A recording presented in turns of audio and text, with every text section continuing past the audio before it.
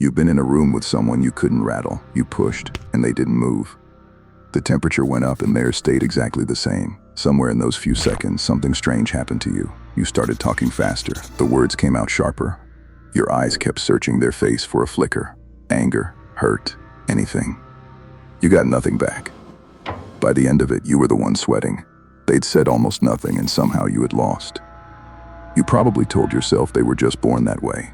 Cold, naturally calm, built different. They weren't. What you were looking at wasn't a personality.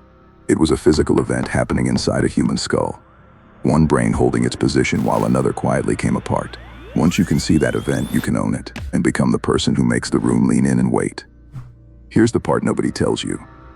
The calm person wasn't holding anything back. They weren't biting their tongue, counting to 10, swallowing the urge to snap. That's what you do. That's defense, and it loses. The calm person had already moved the fight somewhere you couldn't follow. And their brain was doing work that yours had switched off the second your voice went up. We know this because someone took that reaction, slowed it down, and watched it happen. In 1998, a team at Massachusetts General Hospital and Harvard Medical School slid people into a brain scanner and flashed a terrified human face at them for 33 milliseconds, faster than you can blink, then instantly painted over it with a blank, neutral face. 8 of the 10 people swore they'd seen nothing at all, just a flicker. Nothing. And yet, deep in the brain, an alarm had already gone off. Before they knew anything had happened, before a single conscious thought could form, something had decided there was a threat in the room and started getting the body ready to fight it. That gap, between the alarm firing and you knowing it fired, is where you keep losing. For the next 20 minutes, I'm going to show you exactly what lives in that gap, why the calmer person is more dangerous than the louder one every single time, and the 3-second move that keeps you in command when someone walks in trying to take it. Hold on to that move. 3 seconds is all it takes, and you're going to need it before the end. So what fired? Picture 2 structures buried in your head, and a constant argument between them. The first is small, ancient, and shaped like an almond. It sits deep in the brain, and its entire job is speed. Think of it as a smoke detector. It doesn't think. It doesn't weigh evidence. Your reputation, your 5-year plan, the fallout tomorrow. None of that registers. It asks one question about everything that comes near you. Is this a threat? And if the answer might be yes, it pulls the alarm before the thinking part of your brain has even been told there's a situation. That structure is the amygdala. The second is different in every way. It sits right behind your forehead, the newest part of the human brain and the slowest. It's the part that makes you you, the part that plans, that holds its tongue, that runs the consequences before you act, that decides who you want to be in this moment instead of just reacting. That's your prefrontal cortex. Its job is command. When it's online, you choose your response. You're the adult in the room. Now here's the problem, and it's the whole problem. These two are wired so that when the almond pulls its alarm hard enough, it doesn't just speak louder than the prefrontal cortex. It shuts it down. It takes the command center offline. The psychologist Daniel Goleman gave that moment a name in 1995, and the name stuck, because anyone who has ever lost it recognizes the feeling instantly. He called it an amygdala hijack. A hijack. Not a mistake, not weakness, a takeover. For a few seconds, the oldest, fastest, dumbest part of your brain seizes the controls, locks the smart part out of the cockpit, and flies the plane straight into the thing you'll spend the next week regretting. You think of the perfect, cruel sentence and say it. Your thumb hits send before you can stop it. They watch your face crack. And then, 10 seconds too late, the command center comes back online, surveys the wreckage, and asks the question you always ask. Why did I do that? You already know the answer now. You didn't do that. The hijack did. And the reason this matters, the reason it's the foundation for everything else, is that the calm person across from you wasn't fighting that same battle and winning by sheer willpower. They hadn't been hijacked at all. And it isn't only in your head. The moment the alarm fires, the body obeys before you get a vote. Adrenaline floods your blood. Your heart slams. Your vision narrows to a tunnel pointed straight at the threat. Blood pulls out of your hands and your gut and into the big muscles, getting you ready to swing at or sprint from a danger that is, in reality, a coworker with a clipboard. Your voice climbs half an octave. This is why you sound the way you sound when you've lost it, and why, even as it's happening, some part of you can feel that you aren't quite yourself. You aren't. The driver changed. To understand how they pulled that off, you have to see how fast this happens. Because the speed is the track. When something hits your senses, a tone of voice, a smirk, a message that lands wrong, the signal splits and takes two roads at once. The neuroscientist Joseph Ledoux at New York University spent years mapping those roads. The first he called the low road. It runs straight to the amygdala, fast and crude, carrying a blurry, low-resolution version of what's happening. Enough to scream danger, not enough to know what the danger actually is. The second is the high road. It takes the long way, up through the thinking cortex, where the signal gets analyzed, put in context, understood. That road carries the truth. But it's slow, and the low road wins, every time. The alarm reaches the amygdala and fires before the high road has even delivered the facts. That's not a flaw you can scold yourself out of. That's the architecture you were born with. By the time you consciously understand what someone just said to you, your body has already been reacting to it for a fraction of a second. Your heart is already up. Blood is already draining from your gut into your limbs. The hijack is already loading. And there's a brutal logic to why that low road wins. Why evolution built it to win. For almost all of human history, the threats that could kill you were physical and fast. The shape in the grass, the rival reaching for a blade, a brain that waited for certainty before reacting, was a brain that got eaten. So you were wired to treat every alarm as real and sort out the details later, because the cost of overreacting to a stick was a wasted sprint, and the cost of underreacting to a snake was death. The tragedy is that the machine can't tell the difference between a predator and a passive-aggressive email. It fires the same ancient alarm at a smirk across a meeting that it once fired at a lion in the dark. You're running prehistoric software against a modern insult, and losing. So if the reaction is automatic and the wiring is ancient and you can't delete it, where does the calm person get their edge? Here's the reframe that changes everything, and it's the reason this channel exists. Staying calm isn't the absence of the reaction. The calm person feels the same first jolt you feel. The difference is they don't let it take the cockpit. They keep the prefrontal cortex online through the exact moment yours goes dark. And that single difference is the whole game, because of what stress does to that command center. In 2009, a Yale neuroscientist named Amy Arnsten published a paper in the journal Nature Reviews Neuroscience laying out precisely what pressure does to the prefrontal cortex. Her finding was blunt. Even mild, uncontrollable stress causes a rapid loss of prefrontal function. Not a slow decline over years. Fast, the moment you flood, the smartest part of your brain, your judgment, your restraint, your read on the room, goes offline first, exactly when you need it most. Sit with that, because it's the secret the loud person never learns. Losing your composure doesn't just make you look bad. It makes you stupid, in real time. It strips you of the one organ that was going to win you the exchange. So when you snap, you're not simply reacting. You're disarming yourself and handing them the only weapon that ever mattered. You've felt this exact collapse, even without a name for it. It's the moment in the argument when you know there's a clean, devastating thing you could say, and you can't find it. The line surfaces an hour later, in the car, perfectly formed and completely useless. That's not bad luck. That's your prefrontal cortex coming back online after the flood drains away, finally doing the job it couldn't do while the alarm was blaring. The wit, the clarity, the perfect sentence. None of it was ever gone. It was locked out of the cockpit. Stay calm, and you keep the key. Now flip it around. The 3-second move I promised you only lands once you've seen what staying calm does to the other person. So look at what you become when you're the one who stays online. Picture the scene you've lived 100 times. Someone comes at you, a colleague in a meeting, a partner across the kitchen, a stranger who decided today you were the target. They raise their voice. They throw the line built to land. After everything I did for you, you always do this. I guess I just expected more. Every one of those sentences is bait. It's a hook, thrown to trigger your amygdala, to get your alarm screaming. Because the second you flood and fire back, you've climbed down into the basement where the oldest brains fight. And down there, the cruelest and fastest reaction wins. That's their home court. They want you there. So you give them nothing. Not clenched, white-knuckle silence. That's just a hijack with the lid pressed down, and it leaks out of your eyes and your jaw anyway. Real composure.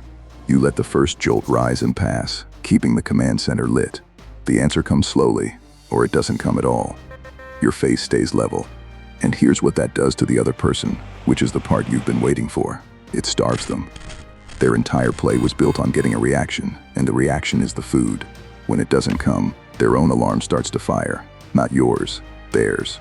So they escalate, because escalation usually works, and it still gets them nothing. Now they're the one talking too fast. Watch their face do things they can't control. They flooded. Their prefrontal cortex went offline right on schedule. And they made themselves stupid in front of you, while you stood there with your full intelligence intact, watching it happen. That's not a fair fight anymore. You're playing a game they physically can't play, because their brain is busy doing the one thing yours refused to do. Watch the ladder they climb when you give them nothing. First they repeat themselves, louder, sure you must not have heard. Then they reach for something sharper and more personal, hunting for the soft spot. Wow, okay. I guess you just don't care. Still nothing comes back. Now something close to panic crosses their face, because the script they walked in with has run out, and you haven't handed them a single line to use. They came loaded for an argument and you refused to give them one. Every escalation was built to land on a reaction and bounce higher. Without the reaction, each one falls flat and makes them look a little smaller than the last, performing harder and harder for an audience that has quietly started watching them instead of you. You can watch this unfold in real time once you know what to look for. Picture a me-8. Someone has decided to take a run at you in front of the people who matter. I have to be honest, I just don't think you've thought this through. The old you feels the heat climb your neck and lunges to defend, faster and louder, stacking up reasons, every word landing closer to pleading than the last. Now picture the version of you that stays online. You let the sentence sit. 1 beat. 2. You hold their eyes and say, evenly, say more about that. Then you wait. Watch what happens to them. They came for a fight, and you handed them a stage with no script. Now they have to actually produce the criticism they only gestured at, out loud, in front of the same audience, while you stand there unmoved. The silence that was supposed to bury you is sitting on their chest instead. You didn't win by being louder. You won by being the only person in the room whose brain was still working. It works the same in writing, where most people lose it with nobody even in the room. A message lands that's built to spike you. It's the group thread reply that ends with just being honest, or the comment under your post that says, interesting take, I guess, built to make you defend yourself in public. The hijack loves text, because the reply box is right there and the alarm is screaming, type something now. So you do. You fire off a paragraph, then edit it, then add one more line. And the second you hit send, you've shown everyone watching exactly where your buttons are. The composed move is identical to the one in the room. You let it sit. You don't answer on their clock. A reply that lands 4 hours later, short and unbothered, reads as power. A reply that lands in 4 seconds, long and hot, reads as a wound. Same words, opposite verdict, decided entirely by whether your prefrontal cortex was still driving when you typed. This is where almost everyone gets it exactly backwards. You were taught that the calm person is the passive one. The bigger person, the one who lets it go, who absorbs it, who keeps the peace. Throw that out. Calm isn't passive. Calm is the most aggressive position in the room.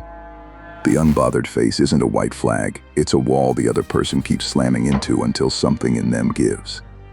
You're not rising above the conflict, you're winning it, on a level they don't even know is being played. And there's a single move that puts you on that level on purpose, in about 3 seconds, under fire. I'll hand it to you in a minute. First, you need to see what your calm actually takes from the other person. There's a word for what you're taking when you do this.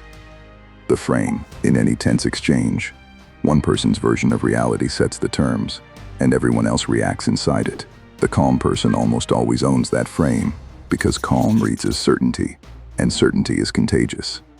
When you don't flinch, some older part of the other person's brain quietly concludes you must know something it doesn't, that if you're not afraid, maybe there's nothing to fear. Or maybe the thing to fear is you. The authority was never argued for. It was never claimed out loud. You simply declined to react, and the room handed it over. And you already know the cost of getting this wrong, because you've paid it. Think back to the last time the hijack flew the plane. The message you can't unsend. That meeting where you raised your voice and, in doing so, proved the point of the one person who wanted you to look unstable.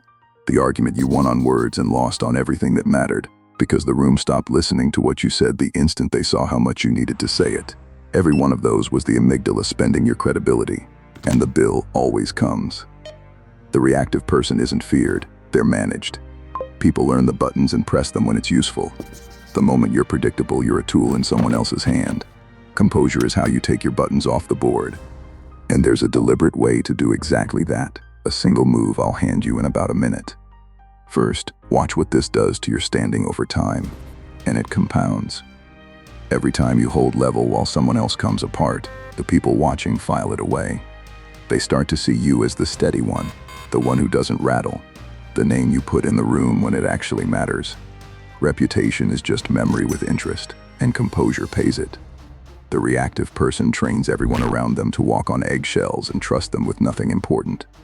The calm one trains those same people to bring them the hard problems and the real information, because they know it'll be handled, not detonated.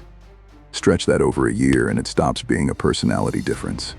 It becomes two completely different amounts of power, which brings us to the move I promised you. The thing that keeps your command center online in the exact second the hijack is loading.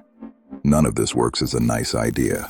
You need a mechanism you can run under fire. It takes about 3 seconds, and it sounds far too simple to matter.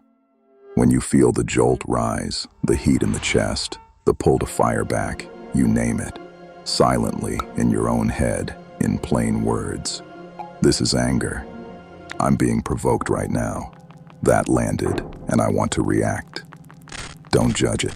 Don't wrestle it. Label it, the way a scientist tags a specimen. This isn't a breathing trick, and it isn't positive thinking, and we know that, because someone watched it happen inside the brain.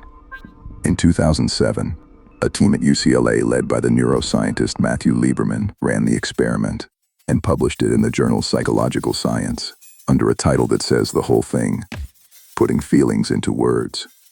They put people in a scanner, showed them faces engineered to spike the amygdala, then asked them simply to name the emotion they were looking at.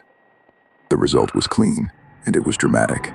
The instant the person put the feeling into words, amygdala activity dropped, and activity rose in the prefrontal cortex. In plain terms, naming the emotion turns the alarm down and pulls the command center back online. The act of labeling is the act of climbing back into the cockpit. There's a reason something so small does something so large. Putting a feeling into words forces you to engage the exact part of the brain the hijack was trying to lock out. You can't reach for the word anger without your prefrontal cortex. Language lives up there, in the command center. So naming the emotion is itself the act of switching the executive back on. This isn't suppression. Suppression is just sitting on the alarm with the lid clamped down, and it leaks out of your face anyway. Naming it routes the feeling up to the one floor of the brain that can actually hold it, examine it, and decide what to do with it. The amygdala screams in raw sensation. The prefrontal cortex answers in words. Whoever speaks last wins. That's the entire move. You feel it, you name it, and in the 3 seconds that buys you, the prefrontal cortex is back in command and the choice is yours again. Not the hijack's. Yours. Practice it on the small stuff, so the wiring is worn smooth long before the day someone walks in and tries to take the room. Because they will try, and when they do, you won't be holding your breath and praying.